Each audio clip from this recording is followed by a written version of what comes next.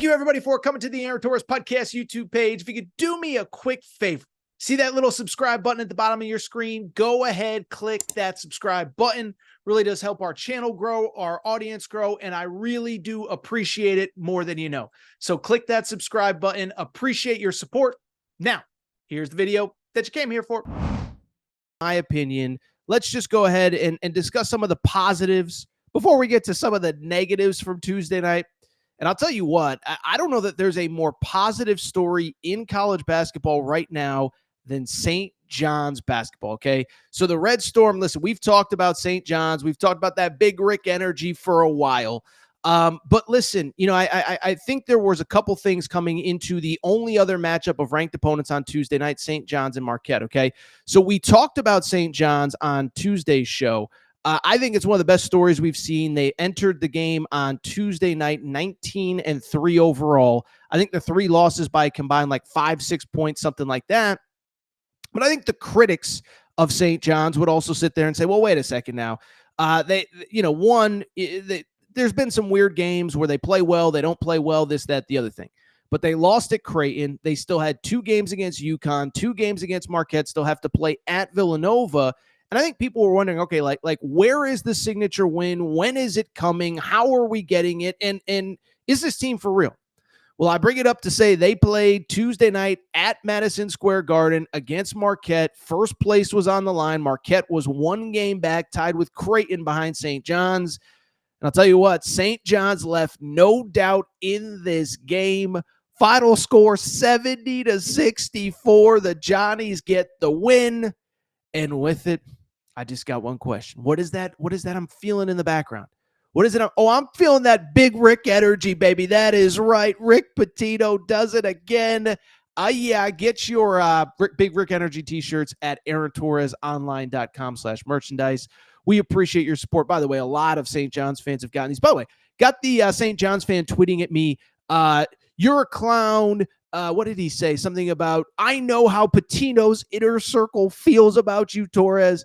Trust me, Pitino's got much bigger things on his plate to worry about than Torres. But congrats to St. John's. They got the victory, and there is a lot of big Rick energy flowing through New York right now, okay? So first of all, in terms of this game, let's get back to the game. Again, you can get those shirts at aarontorresonline.com/merchandise. Let's get back to the game. Because, listen, I could sit here and lie. 70-64, instant classic. We'll be telling our grandkids about it. It wasn't the prettiest game to watch, okay? Bottom line is, first of all, and we talked about this on Tuesday's show, is that, one, you have 2 teams that play a lot like each other, defensively minded, defensively focused, force a lot of turnovers, kind of grimy in the paint as far as rebounding is concerned, especially St. John's, which was plus 22 on the glass, okay? But 2, it wasn't just how they played, because there's a certain thing that happened that is not reflective of anything to do with how good the other team's defense or offense is. Free throws. There were a lot of missed free throws in this game. Marquette, 66% from the three-point line, 12 of 18 overall. St. John's, how about this? 17 of 31, 54% in this game. Listen, I know they're not a great free throw shooting team, but I will also say 54% in the biggest game of the year. You still find a way to win, which I think is a positive. But I thought Rick Pitino kind of summed up this game very well afterward. I was talking with John Fanta, and John Fanta asked him about how do you feel about coaching this special group of guys? Producer Matt, play the sound. How much enjoyment are you taking coaching this group? Well, it's twofold answer. I'm having a great time because they give me everything they have. When they shoot the free throws and when they shoot from the field, I want to kill myself. There you have it. When St. John's goes to the foul line, Rick Pitino wants to kill himself. His words, not mine. By the way, great job as always by Fanta being on the scene for the Big East Network, Field of 68, all that good stuff. But it shows you, like, they're far from a perfect team, but they are an awesome team. And I'll tell you this, I think the story itself is just so awesome. And really thinking about this game and thinking about this win. By the way, St. John's right now is 20-3 overall. They're alone in first place. They have a 1.5 lead over Creighton. At Creighton was their only loss of the season. By the way, they play at UConn next. So if they win that UConn game, like, I don't want to say it's lights out for the Big East regular season title, but it's pretty darn close. And what I'll just tell you is, you know what this reminds me of? What it really reminds me of is the path that we took to get here, to get St. John's to hire Rick Pitino, okay? And for longtime listeners of the show, I'll be honest. Listen, this is going to sound arrogant. I know some St. John's fans get mad at me for even suggesting this. I do feel like I kind of played a small role in the process of getting Rick Pitino to St. John's. And again, it might have been a minor role, but let's go through a little recent history, okay? 2023, and why I want to bring it up, because I think there's some symmetry, some full circle stuff to talk about here. So 2023, St. John's was coached by Mike Anderson.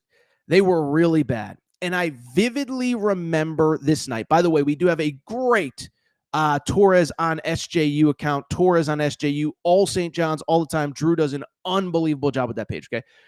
Let's go back to 2023, though, okay? Because in 2023, I remember it was a Monday night. St. John's was playing, of all teams, Marquette on a Monday night in early January, okay? Mike Anderson was the head coach, and it was the most typical Mike Anderson game that we've ever seen. St. John's jumps out to a big lead. They look good, whatever. And then Marquette comes out in the second half and just completely destroys them. I think they won by about 10 or 12, but it wasn't even close. It wasn't even competitive, okay? And so you knew the Mike Anderson era wasn't going to work. We knew it going in, but we had to pretend, maybe he's revitalized after getting fired at Arkansas. But it's clearly not working. They're playing Marquette at Carnesecca Arena, which is the small on-campus facility when Madison Square Garden isn't far down the road. And it was almost like the whole everybody was embarrassed. Like you're playing a very good Marquette team at Carnesecca Arena in front of this tiny audience. I remember seeing the press conference after, and it looked like a high school game. It was in like a broom closet or something. And I remember at the time, and I think I was the first person nationally to tweet anything that basically like no excuse, basically to quote Wedding Crashers, no excuses, play like a champion, okay? Go get freaking Rick Pitino. And so that night, I put out a tweet. Producer Matt, you can pop up that tweet whenever you're ready. This is from January 3rd, 2023. So basically 25 months ago. I said this: St. John's blows a big second half lead, falls to 1-4 in the Big East, and it's clear Mike Anderson is not the answer. To which I ask, give me one reason Rick Pitino shouldn't be St. John's coach next year. He's in the city. He's cleared of NCAA wrongdoings. Only dude in America who can save this program. And so, look, I know now it's revisionist history to say, oh, of course they were going to hire Pitino. What are you talking about? And it's like, well, no, it was far from a guaranteed deal. Remember, Pitino had the situation at Louisville, and there were a lot of like there was a reason he was at Iona. I'll be honest, I was watching the game on Tuesday night against Marquette. I had forgotten that he had to go to Greece because nobody in college basketball would hire him. And so that year, he got cleared of wrongdoing. It was clear that he wanted to get back to the high major level. I believe he did 3 years at Iona, if I'm not mistaken, 2 NCAA tournaments. And I remember saying, like, St. John's, if you're a real program, if you care at all about being competitive, this is the answer. Because Pitino's in town. He doesn't want to leave, but somebody else is going to snatch him up. And I remember that offseason, there was talk of, like, could Georgetown hire him? Texas Tech, I think, was ready to make a move. But it was like, he doesn't want to go to Lubbock, Texas. He's 70 years old. He doesn't want to go to Lubbock, Texas, and no disrespect, but wear a bunch, whatever. I'm not going to do, cliche talking points about Lubbock.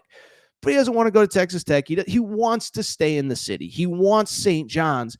And I can tell you, it's easy to say now, oh, you have a Hall of Famer as a head coach.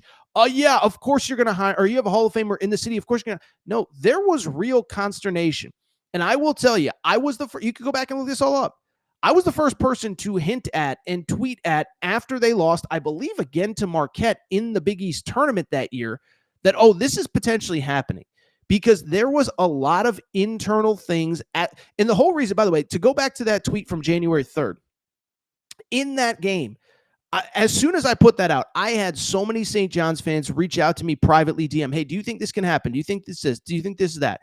And so it's so funny to me because, like, it's everyone now, it's revisionist history. Of course they were going to hire him. No. I promise you. I was the first one that was like, I think they need to do this. They should do it. There's no excuses.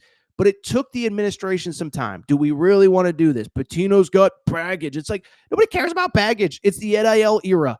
You have a chance to get a once-in-a-lifetime head coach, and you got to do it. And I think the reason that I wanted it so bad, and it played out on Tuesday night. It's not just that St. John's is now good. That's not what I care about. What I care about is the fact that St. John's is, and New York City is, a great basketball city that deserves to have a college basketball team like this. And so to go back to my whole argument for Pitino, I use this analogy, and it's not a perfect analogy, but I'm from the Northeast. I grew up in Connecticut. I know New York City. I've spent a ton of time there. People say, oh, nobody cares about St. John's. Nobody cares about this. Nobody cares about that. It's not true. New York City, to me, is almost like an SEC town from this perspective. It sounds crazy, but let me explain. In the SEC, we label this school's a football school, and this school's a basketball school, and this school loves gymnastics. No. In the SEC, just watch basketball on any given night. The SEC, the mindset is we're not a basketball school. We're not a football school. We are a B grade school. We are a championship school, to use what Nate Oates has described Alabama. And basically the mindset in the SEC is if we're going to compete at the highest level, let's put in resources and let's try to win at the highest level. It's not just football. It's baseball. It's softball. It's gymnastics, where they routinely get 10,000 people in an arena on a Friday night. Okay. That is the mindset of the SEC. And that's the mindset by the way, in New York City as well. I've spent enough time there. It's not just a Mets town or a Yankees town or a Knicks town. It's if we're good, we're going to come out and support you. But the counter to that is if you suck, we're not going to pretend and play games and act like we have to support you if you're not putting in the effort to be great. And so I knew if St. John's hired Rick Pitino, we would get what we got on Tuesday night. A live, loud Madison Square Garden that is unbelievable. I had a friend text me, and I thought it was a great point. We talk so much about all these great arenas in college basketball, Cameron Indoor, Fog Allen Fieldhouse, Rupp Arena, whatever. Is there a better college basketball environment when St. John's is good than Rick Pitino and St. John's? Not at Rick Pitino, but St. John's, Madison Square Garden. I think the answer is probably no. It's just St. John's fans haven't had a reason to show up. Now, the Garden's great for the Big East tournament when UConn's there or when Syracuse used to be there, but it hasn't been great because of St. John's. But when you talk about great college basketball environments, that's got to be at the top of the list is St. John's. And so I just bring it up because we knew this was all possible. It was just a matter of making it happen. So I give St. John's credit for making the move that they had to make, for making the move that their fans deserved. And now we are seeing the repercussions. Listen, I think there's a big picture conversation to have about Pitino. I think you can argue he might be the best basketball coach that's ever walked the face of the earth. I really, truly believe that. And maybe that's another conversation for another day. They beat UConn. I think that's a real conversation because I understand it's the NIL portal era. But to take over a program, and in 2 years, and by the way, I know the argument's going to be, well, Mark Pope's doing good in year one, and Calipari may make the tournament in year one, and, Louisville, Pat Kelsey. It's one thing to take over a Kentucky and flip it and be good in year one. It's another thing to take over a program that was literally dead before you got there for 2 decades and do what he has done in year two. So I don't want to put the cart before the horse. Still, 8-9 regular season games left. Got to go to UConn on Friday night. But you just talk about just what is such an impressive effort, impressive moment for this team and this program. Man, oh man, oh man. I just bring it up to say incredible moment for St. John's fans. Enjoy it, appreciate it. What a day and what a night.